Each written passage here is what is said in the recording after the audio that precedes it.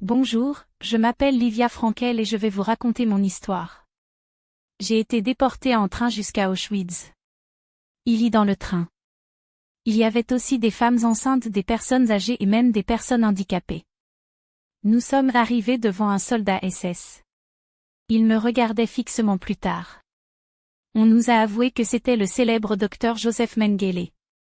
Ma mère a été emmenée et elle a été séparée de ma petite sœur et moi. On nous a forcés à nous déshabiller devant tous les soldats. C'était humiliant mais on était obligés donc on l'a fait. Ils ont mis nos vêtements encore et nous ont dit qu'on ne les reverrait plus jamais. J'ai alors caché ma brosse à dents et mon collier en argent dans mes bottes qu'on avait le droit de garder. Ils nous ont confisqué le peu qui nous restait de dignité humaine. Ils ont rasé la tête à blanc, on était tous pareils, ma sœur s'était perdue dans la foule. J'ai crié pour qu'elle puisse me retrouver. Une fois qu'on s'est retrouvés, on ne s'est plus lâché. Ensuite ils vont pousser sous l'eau glacée des douches lendemain. Je suis allée voir des juifs polonaises car elles étaient à Auschwitz depuis un bon moment.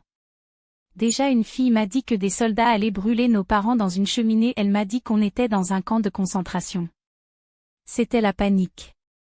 Un jour on a appris que 200 femmes allaient sur un chantier à Hambourg, nous avons changé de camp de concentration. Nous sommes allés à Hambourg, tu me l'envoies, ils nous ont fait travailler dur dans le froid et la pluie de chaque jour. Nous n'avons presque rien à manger. Chaque soir.